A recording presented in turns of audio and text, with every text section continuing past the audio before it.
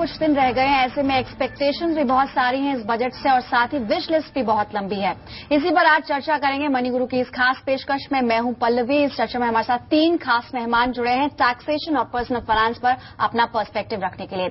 हमारे साथ राकेश नागिया है, managing partner Nagia and company से। साथ ही पर्सनल फाइनेंस पर बात करने के लिए हेमंत रुस्तगी है, CEO वाइस इन्वेस्ट एडवाइजर्स, और साथ ही डेलॉयट हैस्किन्स एंड सेल्स LLP के पार्टनर दिव्या बावेजा हमारे साथ। आप सभी का बहुत बहुत स्वागत है कार्यक्रम में। शुरुआत हमेशा की तरह हम करेंगे पर्सनल टैक्सेशन से, यानी कि व्यक्तिगत लेवल पर टैक्स स्लैब्स में क्या कोई बदलाव हो सकते हैं, और साथ ही जो 80C की लिमिट है क्या इस बार भी कुछ उसमें बढ़त देखने को मिल सकती है।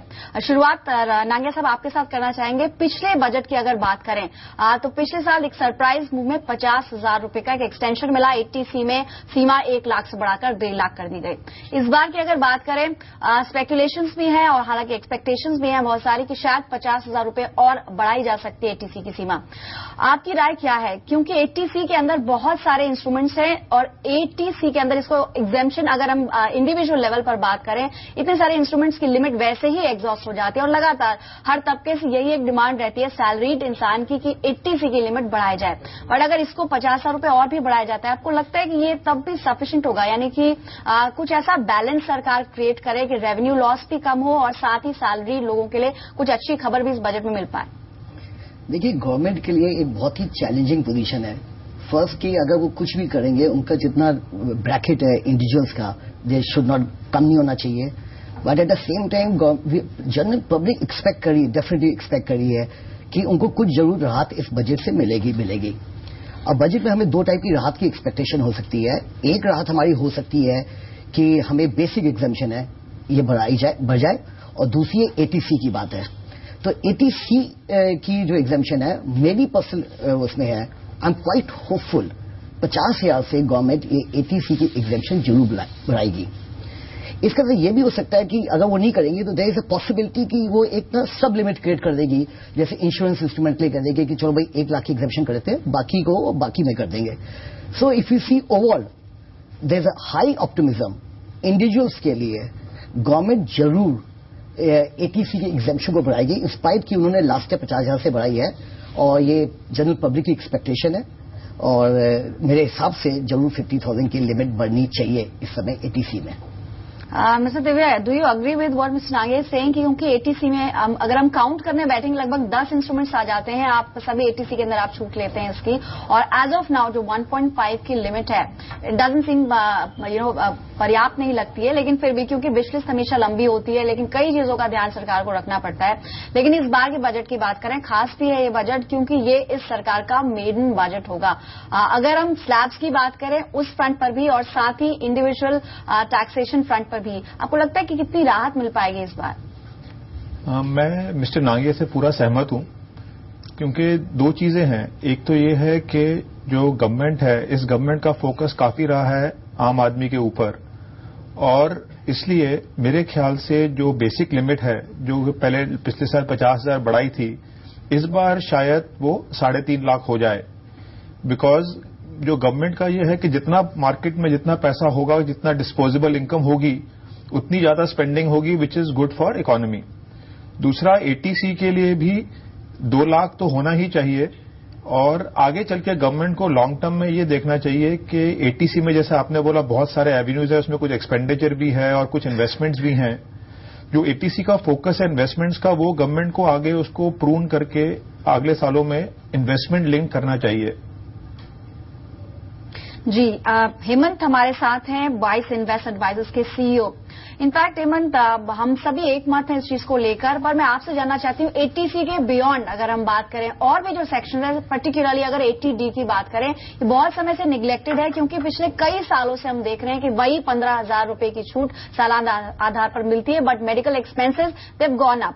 ऐसे में 80C के बियॉन्ड अगर सरकार को देखना है और देखना भी चाहिए, इनफैक्ट अलाउंसेस की बात करें और भी सेक्शंस की बात करें, कितना रिजिड आपको लगता है कि इस बार के बजट में हो सकता है? कितना रिलीफ मिल पाएगा एक आम आदमी को?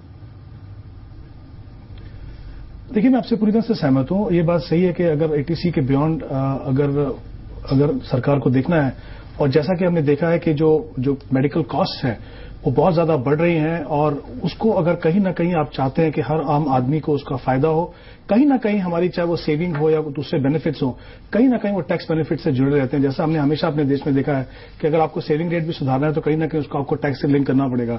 ये एक सच्चाई है, उससे हम भाग नहीं सकते हैं। तो अगर हम उस एंगल से देखें, डेफिनेटली जैसा आपने सही कहा, 15,000 है, बहुत समय से लिमिट है। ओवरऑल अगर आप देखें वहां पे 15,000 है, फिर आपके अगर पेरेंट्स हैं, सीनियर सिटीजन है घर में, तो 20,000 आप कर सकते हैं। मुझे लगता है ओवरऑल लिमिट कहीं ना कहीं इसको 50,000 तक करने की जरूरत है। मेडिकल कॉस्ट बढ़ गई हैं, इसके बारे में अवेयरनेस करने की जरूरत है कि हम जरूरत है कि लोग ज्यादा से ज्यादा लोग जो है मेडिकल इंश्योरेंस ले, और इवन जो मेडिकल रीइंबर्समेंट जो होता है एम्प्लॉयर की तरफ से, वो भी 15,000 की लिमिट है। मुझे लगता है कहीं ना कहीं वो भी 15 से 25,000 तक बढ़ाने की जरूरत है। ये दोनों चीजों में डेफिनेटली मुझे लगता है राहत मिलनी चाहिए। In fact Hemant, sorry to interrupt you Rakesh, लेकिन जैसे हेमंत ने आपने सजेशंस जो इनफैक्ट शेयर किए हमारे साथ, उसमें आपने एक और चीज मेंशन की कि जो इंफ्रास्ट्रक्चर बॉन्ड्स में छूट पहले मिलती थी, हालांकि पिछली बार जब बजट आया तब शायद ऐसी स्पेकुलेशन बस बनी थी कि शायद जो 80 CCF की छूट थी वो वापस लेकर आए सरकार, क्योंकि इंफ्रास्ट्रक्चर पे बहुत फोकस है। Do you agree with that कि अब एक बार एक समय, एक चांस है, एक मौका है कि इसको रिवाइव किया जा सकता है और जो 20,000 की छूट पहले मिलती थी शायद उतनी ही छूट वापस से लाई जाए इस बार के बजट में? देखिए, इंफ्रास्ट्रक्चर का डेफिनेटली अगर हम बात करें तो अगर हम 4 आईज की अगर हम बात करें पूरी इकोनॉमी में, तो इंफ्रास्ट्रक्चर एक बहुत इंपॉर्टेंट एस्पेक्ट है। अगर हम चाहते हैं कि हमारी इकोनॉमी किक स्टार्ट हो, अगर हम चाहते हैं कि इंफ्रास्ट्रक्चर में बढ़ावा मिले, तो कहीं ना कहीं लॉन्ग टर्म फंड्स की जरूरत है। तो ये जो 80 CCF है, पहले पिछली बार जब था तो 20,000 रुपये था। मुझे लगता है पहले तो उसको बढ़ाना चाहिए और दूसरा ये डेफिनेटली इंक्लूड होना चाहिए, क्योंकि कहीं ना कहीं सरकार को भी लॉन्ग टर्म पैसा चाहिए इंफ्रास्ट्रक्चर को डेवलप करने के लिए। तो ये एक सही जरिया होगा कि आप जो रिटेल इन्वेस्टर हैं, जो इंडिविजुअल इन्वेस्टर्स हैं, उनकी सेविंग को आप इस तरफ से चैनलाइज करें। In fact Rakesh, you were saying something on the same lines, क्योंकि आपने भी जो सजेशंस दिए हैं, जो शेयर किए हैं आपने जी बिजनेस के साथ, उसमें भी आपने इंफ्रास्ट्रक्चर का जिक्र किया। इंफ्रास्ट्रक्चर सेक्टर को रिवाइव करने के कई तरीके हैं और ये वन ऑफ द वेज हो सकते हैं, बट बिसाइड दैट अगर आपको कुछ सजेशन शेयर करने हो हमारे दर्शकों के साथ, एग्जैक्टली क्या होंगे वो आपकी तरफ से क्विक आपसे चाहेंगे कि आप सारे सजेशन 1 by 1 हमें बताएं। मैं 2-3 सजेशन देना चाहूंगा और एक पहले हेमंत जी बात को सबसे और ऐड करना चाहूंगा। जो हमारी मेडिकल एक्सपेंसेस से 1998 में 15,000 था, तो there has been no change in last 17 years, 15 years. Second, even जो 15,000 का प्रीमियम है, लास्ट जो रिवाइज हुआ था ये 2007-8 में हुआ था, तो उसको भी 7 साल 8 साल हुए हैं। तो दोनों को government should consider to enhance that limit, because it is actually 15 years old, there have been no change at least in the expense part is concern. तो एक चीज ये मैं जो ऐड करना चाहूंगा कि government must consider very favourably the medical part is concern, कि उन्होंने बहुत टाइम से इसमें कोई चेंजेस नहीं किए हैं। इंफ्रास्ट्रक्चर भी सबसे बड़ा इंपॉर्टेंट है और ये जरूर होने के बड़े हाई चांसेस हैं, बिकॉज गवर्नमेंट इज कंस्ट्रेंड इस समय कि हमें इंफ्रास्ट्रक्चर के लिए we need money and funds. Government के पास विजन है, गवर्नमेंट के पास विलिंगनेस है। इस समय सबसे बड़े चैलेंज है गवर्नमेंट के पास फंड्स नहीं है इतना ज्यादा। तो इंफ्रास्ट्रक्चर बॉन्ड मेरे हिसाब से बड़े बोल्ड वे में, बड़े बोल्ड इनिशिएटिव में और इंसेंटिव वे में इस बजट में आने के चांसेस हैं, क्योंकि government really need money. The way we are talking and hearing is not only the road sector but every sector of this economy को इस समय इंफ्रास्ट्रक्चर के पैसे की जरूरत है, and this is one of the sources जो government जरूर एक्सप्लोर करेगी और मेरे ख्याल से लाएगी to have resources to fund the infrastructure sector. तो I am very hopeful and buoyant about this to come. Right, hopeful तो हम सभी हैं। दिव्या, आपसे मैं जानना चाहती हूँ, इनफैक्ट एक स्पेकुलेशन, एक बज है ऐसी कि शायद जो 80EE सेक्शन उसको भी यहाँ पर टच करते हैं, कि जो 2 साल पहले इंट्रोड्यूस हुआ और इनफैक्ट 2 फाइनेंशियल ईयर्स के लिए भी था ये, इस बार के बजट में वो जो छूट है वो एक्सटेंड हो सकते हैं। हालांकि ये सोर्सेज ऐसा कह रहे हैं, एग्जैक्टली क्या होगा वो 28 फरवरी को ही पता चलेगा, बट अगर ऐसा होता है तो हाउसिंग को डेफिनेटली एक बड़ा पुश मिलेगा। आपका व्यू क्या है इस पर? इसमें मेरा ये व्यू है कि हाउसिंग वो सेक्टर है जो कि काफी टाइम से थोड़ा निगलेक्टेड है। निगलेक्टेड तो ये है कि उसके अंदर इतना बढ़ोतरी नहीं हो रही है और ये गवर्नमेंट का बड़ा इंपॉर्टेंट सेक्टर है हाउसिंग सेक्टर। और इवन अभी वो बात थी कि रेगुलेटरी बिल भी पास होना चाहिए, हाउसिंग सेक्टर को बढ़ावा देना चाहिए। तो वो सब देखते हुए ये लग रहा है कि शायद वो 2 साल के लिए उसको और एक्सटेंड कर दें। एक्सपेक्टेशंस ढेर सारी हैं और उस पर हम डिस्कस भी कर रहे हैं, लेकिन इस छोटे से ब्रेक के लिए रुकते हैं। तीनों खास मेहमान हमारे साथ बने हुए हैं। ब्रेक के बाद जब लौटेंगे तो बात करेंगे कि निवेशकों की क्या विश लिस्ट है और इस बार के बजट से वो किस तरह की उम्मीद रख सकते हैं। क्या कोई स्पेशल स्कीम या मौजूदा स्कीम्स को कुछ इंटरेस्टिंग या कुछ अट्रैक्टिव बनाया जा सकता है। कहीं मत जाइएगा।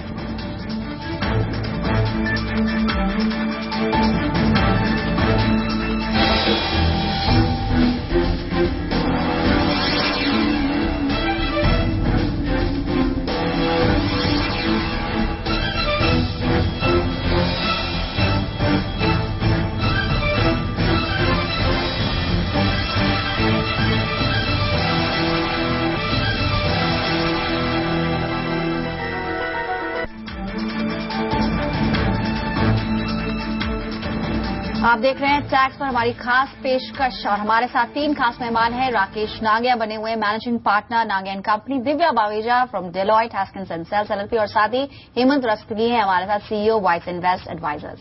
हेमंत, इनफैक्ट हमने बात की अब तक एटीसी के बारे में, उसके बियॉन्ड कौन कौन से सेक्शंस उनके बारे में, लेकिन अगर एक आम इन्वेस्टर, एक ग्राहक के नजर से हम बात करें, बजट कितना बड़ा इवेंट होता है? क्योंकि कई बार इनफैक्ट जैसा कि हम सब जानते हैं कि फरवरी के आखिरी दिन को आता है और पेश किया जाता है और फाइनेंशियल ईयर भी तभी खत्म होता है। ऐसे में फाइनेंशियल प्लानिंग पर इसका कितना बड़ा इम्पैक्ट होता है और क्या हमें बजट के अनाउंसमेंट्स का वेट करना चाहिए कोई भी नया निवेश करने से पहले? आई थिंक ये बहुत अच्छा और इम्पोर्टेंट सवाल पूछा है आपने। बजट एक इम्पोर्टेंट इवेंट है डेफिनेटली, बट ये एक एनुअल इवेंट है। मुझे लगता है जहां तक इन्वेस्टर्स का सवाल है, इन्वेस्टर्स को बजट के ऊपर ध्यान रखना चाहिए, लेकिन ऐसा नहीं है कि अपनी सारी इन्वेस्टमेंट आप 3 महीने पहले छोड़ दें सोच के कि बजट में क्या होगा, तब तक आपने देखा मार्केट कहीं और पहुंच गई या दूसरे अपॉर्चुनिटीज आपके हाथ से निकल गए।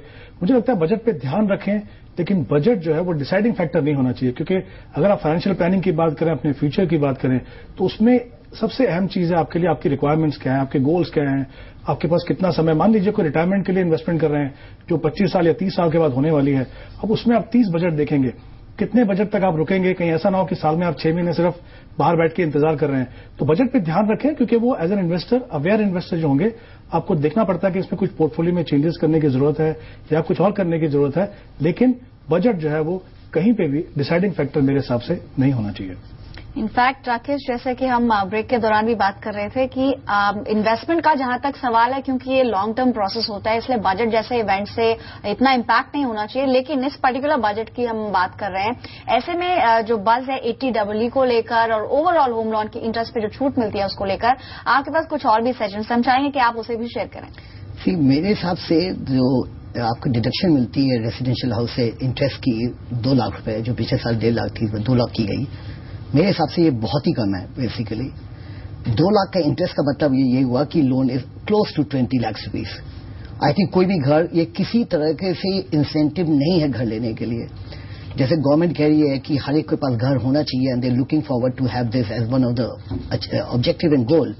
मेरे हिसाब से पहले तो 2 लाख बहुत ज्यादा कम है। सेकेंड, इसमें एक और इम्पोर्टेंट पार्ट आता है कि जो घर से आपने जो पहले लोन लिया होता है और जिनसे सब पोजीशन लेते हैं, उसका इंटरेस्ट जो होता है अगले 5 साल में इक्वल डिवाइड होकर मिलता है। जस्ट इमेजिन आज की डेट में पब्लिक की क्या प्लाइट है, किस घर हाउसिंग के सब डिले हो चुके हैं, किसी को पोजीशन नहीं मिल रहा, उनको इंटरेस्ट पे करते जा रहे हो, पोजीशन मिला नहीं, आपको कोई टैक्स डिडक्शन नहीं मिल रही है। उनको डिडक्शन आगे मिलेगी जब वो पोजीशन लेंगे और अगले 5 सालों में। I think these type of people are really going to very bad time. मेरे हिसाब से this is totally uncalled for. ये गवर्नमेंट मस्ट सीरियसली कंसिडर कि जो पुराना इंटरेस्ट है जब तक पोजीशन नहीं मिलता है, इनको डिडक्शन देनी चाहिए बेसिकली। और जो लिमिट है 2 लाख की, ये किसी तरह भी इंसेंटिव नहीं है to buy a house. Basically it is nothing as compare to the overall. I hope Rakesh आपके जो भी सजेशन है वो पहुंच रहे हैं वित्त मंत्री तक, हालांकि अब कुछ ही दिन रह गए हैं बजट में। Divya, I want to bring you into this. बहुत सारे सजेशंस की हम बात करें, लेकिन एक बार अगर एक्सिस्टिंग स्लैब्स की बात करें, फिलहाल जो स्लैब्स हैं, पिछली बार क्योंकि स्लैब में पर से कोई चेंजेस नहीं हुए, हालांकि एटीसी में कुछ 50,000 का एग्जेम्पशन बढ़ा और साथ ही ओवरऑल जो टैक्स लिमिट होती है इनकम टैक्स की वो जरूर बढ़ी है, दायरा बढ़ा है। लेकिन आपके सजेशंस क्या हैं इस बार के बजट में? क्या विशलिस्ट है आपकी? और क्योंकि एटीसी के बारे में हमने बात की, उसके अंदर बहुत सारे जो इंस्ट्रूमेंट है उसके बारे में भी बात की। इनफैक्ट आपके जो सजेशंस आपने हमारे साथ शेयर किए उसमें आपने अलाउंसेस का भी जिक्र किया कि बहुत समय से ट्रैवल ट्रैवल अलाउंस, इसके अलावा जो बहुत छोटी छोटी चीजें, इतनी छोटी चीजें शायद कि वो इग्नोर हो जाती हैं बजट के समय में, उसमें कुछ बदलाव करने की आपको लग रहा है कुछ स्कोप है इस बार के बजट में? ये 2-3 चीजें हैं इस बार के बजट में जहां मेरे ख्याल से बहुत स्कोप है। पहले तो जहां मैं स्लैब की बात करता हूं, ये एक चीज बड़ी जरूरी है कि जितना स्लैब बढ़ेगा उतना ही एक कॉमन आदमी को फायदा होगा। अब ये गवर्नमेंट का देखें, जो गवर्नमेंट का पिछले सालों में पिछले कुछ महीनों में उनका फोकस रहा है वो आम आदमी पे रहा है, चाहे वो जन बैंक योजना हो जहां पे उन्होंने अकाउंट खाते खुलवाए हैं, चाहे वो भी देखो। तो इसलिए मेरे ख्याल से जो लिमिट है 2.5 लाख की वो 3.5 लाख तो होनी ही चाहिए। उससे जितना थोड़ा डिस्पोजेबल इनकम ज्यादा बढ़ेगी तो आम आदमी को उससे कुछ फायदा होगा, बिकॉज द फोकस इज के लोअर और मिडिल इनकम वालों को कुछ फायदा होना चाहिए। अगर हम सैलरी टैक्स पेयर को देखते हैं तो उसके अंदर भी जो लिमिट्स हैं, जैसे मेडिकल है या ट्रांसपोर्ट अलाउंस है, जैसे राकेश ने भी कहा था, ये लिमिट फिक्स हुई थी 1998 के अंदर। और अगर हम अब वो देखते हैं, मेडिकल कॉस्ट देखें या हम फ्यूल कॉस्ट देखें, वो इतनी बढ़ गई है कि 15,000 रुपये मेडिकल का और 800 रुपया ट्रांसपोर्ट का बिल्कुल जायज नहीं है। तो मेरे ख्याल से ये लिमिट तो बढ़ा के 15 से मेडिकल का 50 कर देना चाहिए और ट्रांसपोर्ट का भी 800 से बढ़ा के एटलीस्ट 4,000 तक के करीब होना ही चाहिए। अगर हम डीटीसी भी देखते हैं, उसके अंदर भी मेडिकल की लिमिट उन्होंने बढ़ा के 50,000 का सजेशन दिया था। तो ये कुछ इंपॉर्टेंट चीजें हैं जो कि एक सैलरीड आदमी को और या एक मिडिल और लोअर इनकम वालों को जिससे इनसे फायदा हो सकता है। इनफैक्ट हमने बहुत सारे सेक्शंस यहाँ पर डिस्कस कर लिए और इनफैक्ट स्लैब्स में क्या बदलाव होना चाहिए उस पर भी बात की, लेकिन जो मौजूदा इंस्ट्रूमेंट्स हैं, इनफैक्ट कुछ ऐसे इंस्ट्रूमेंट्स जो पिछले से पिछली बार के बजट में आए लेकिन अनफॉर्चुनेटली ज्यादा पॉपुलर नहीं हो पाए। हेमंत, आपकी राय में राजीव गांधी इक्विटी स्कीम पर लेना चाहती हूँ। इसको आकर्षक बनाने के लिए अब भी बहुत कुछ करना बाकी है, क्योंकि अभी भी इसका जो टैक्स स्ट्रक्चर है थोड़ा कॉम्प्लिकेटेड है। एज अ फाइनेंशियल एनालिस्ट आप बहुत साल से फाइनेंशियल इंडस्ट्री को देख रहे हैं, आपके सजेशंस क्या हैं? क्या राजीव गांधी इक्विटी स्कीम को बंद कर देना चाहिए या फिर इसमें नए निवेशकों को भी तो इंक्लूड किया ही जाता है, जो एग्जिस्टिंग डीमैट होल्डर्स हैं उनको इंक्लूड करने से कुछ आपको लगता है अट्रैक्टिव हो पाएगी स्कीम? देखिए, राजीव गांधी इक्विटी स्कीम जो है डेफिनेटली बंद नहीं होनी चाहिए। मेरे हिसाब से कॉन्सेप्ट बहुत अच्छा है। कॉन्सेप्ट ये है कि अगर आप चाहते हैं कि इक्विटी कल को अगर देश में फैलाया जाए, प्रोपोगेट किया जाए, तो कुछ न कुछ, जैसा मैंने शुरुआत में भी कहा था, जिसको अगर आप टैक्स से जोड़ते हैं, टैक्स सेविंग से जोड़ते हैं, तो काफी चीजें एक्सेप्टेबल हो जाती हैं। मुझे लगता है ये जो स्कीम है बहुत कॉम्प्लिकेटेड है। 12 लाख की लिमिट है इनकम के ऊपर और फर्स्ट टाइम इन्वेस्टर, आपका डीमैट अकाउंट, आई थिंक बहुत सारे कॉम्प्लिकेशन है। मुझे लगता है इसको, और जो बचत है वो भी ज्यादा नहीं है। इनफैक्ट अगर आप 30% ब्रैकेट में हैं तो आपको 50% पे रिबेट मिलती है जाके 7,500 रुपए। अगर आप चाहते हैं कोई भी इन्वेस्टर फर्स्ट टाइम इक्विटी में इन्वेस्ट करे और उसको सिर्फ इतनी बचत हो, तो वो डेफिनेटली वर्केबल नहीं है। मुझे लगता है 2 चीजें होनी चाहिए। एक तो ये कि जो रिबेट मिलनी चाहिए पूरी की पूरी 50,000 पे मिलनी चाहिए। दूसरा, मुझे लगता है कि अभी भी अगर आप देखें तो सिर्फ फर्स्ट टाइम इन्वेस्टर उनको माना जाता है जिनके पास डीमैट अकाउंट नहीं है। अगर आप म्यूचुअल फंड के ऑलरेडी इन्वेस्टर हैं तो आप फर्स्ट टाइम इन्वेस्टर नहीं है, तो हम क्यों ना इसको सबके लिए ओपन अप कर दें। कहीं ना कहीं हमारी इक्विटी मार्केट को लॉन्ग टर्म इन्वेस्टमेंट की जरूरत है, जो यहां से आ सकती है। अगर आप एडिशनल 50,000 की अगर आप एग्जाम्पशन देते हैं और सबके लिए ओपन कर दें, मुझे लगता है इस स्कीम में बहुत ज्यादा पैसा मोबिलाइज करने की क्षमता है। Right Rakesh, I think you want to add something to this, क्योंकि ये काफी कॉम्प्लिकेटेड है। अभी भी आपके फाइनल कमेंट्स क्या होंगे? मेरा ये है कि this scheme has not taken of. जिस ऑब्जेक्टिव से ये स्कीम आई थी, जब स्टॉक मार्केट बड़ी लो थी और गवर्नमेंट चाहती थी कि पैसा आए जाए, उसके लिए इंसेंटिवाइज की था, तो ये it has not taken of at all basically, और बहुत कम ही टेक ऑफ की है। और हेमंत जी ने बड़ी अच्छी बात बताई है कि अगर आप इतने ऑब्स्टिकल्स क्रिएट कर देंगे कोई भी नहीं आएगा। और today change of scenario of investment, does it has any validity left? पूरी मार्केट के जितने डायनेमिक्स चेंज हो चुके हैं, इन्वेस्टमेंट के रिटर्न आ चुके हैं, will people will still like to do that? I think it's a question mark. वैसे इस पर गौर किया जा सकता है। वित्त मंत्री से हमारी यही रिक्वेस्ट रहेगी कि इस स्कीम को अगर आप अट्रैक्टिव बनाना चाहते हैं, कुछ इसमें चेंजेस, जरूर स्ट्रक्चरल चेंजेस होने चाहिए। दिव्या, आपके लास्ट कमेंट्स क्या होंगे? मेरा लास्ट कमेंट यही है कि आई थिंक इस बार गवर्नमेंट, जैसे गवर्नमेंट का नजरिया, उनका पहला इंपॉर्टेंट बजट है, मेरे ख्याल से इस बार आम आदमी को काफी इसमें फायदा होगा। कोई ना कोई सरप्राइज जरूर होगा, चाहे वो टैक्स रेट के थ्रू हो या स्लैब के थ्रू हो। राइट, चलिए, सरप्राइजिंग बजट होगा या फिर एक्साइटिंग होगा ये तो देखना होगा, क्योंकि अब कुछ ही दिन रह चुके हैं अब बजट के अंदर और काफी एक्सपेक्टेशंस बिल्डअप हो चुकी हैं जैसे जैसे हम बजट डे के नजदीक जा रहे हैं। आप सभी का बहुत बहुत शुक्रिया कीमती समय जी बिजनेस को देने के लिए, और इस खास पेशकश को तो हम यहीं रोकते हैं, लेकिन जी बिजनेस पर बजट कवरेज जारी है। आप देखते रहिए जी बिजनेस। नमस्कार।